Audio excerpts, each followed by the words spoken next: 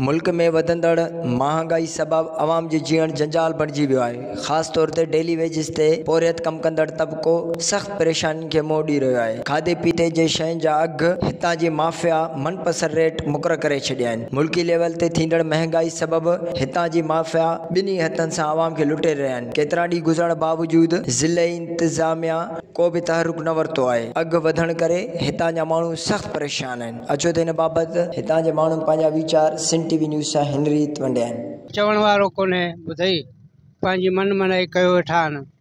ॿुधई 5 रुपया चढ़नि था त पंहिंजो अलाए केतिरो कीअं वधाइनि था, खंड वधाइनि था, हर शइ माना बाहि लॻी पई आहे। होॾा किराया वधी विया आहिनि, ग़रीब माण्हू काॾे वञे। आसामान ते वञी पहुतो आहे। माण्हुनि जो जीअण जंजाल थी वियो आहे। मज़दूर तबिको त तबाह थी वियो आहे। उहो त दाल बि पचाए न सघे, उहो बसर जो किलो बि नथो वठे सघे। हे जेको खंड ऐं गिह जो मसइलो आहे, खंड त एतिरो स्टॉक थियल आहे, हेतिरियूं मिलूं पाकिस्तान में, को बि खंड गाइबु आहे। खंड किन मुफ़ाद पर माफ़िया जे हथ में आयल आहे। उन ते गवर्नमेंट जो कंट्रोल टके जो बि न आहे। इमरान खान जी हुकूमत में एॾी महांग पई थी आहे, ग़रीब माण्हू जेको आहे खाइण जे लाइ परेशान आहे।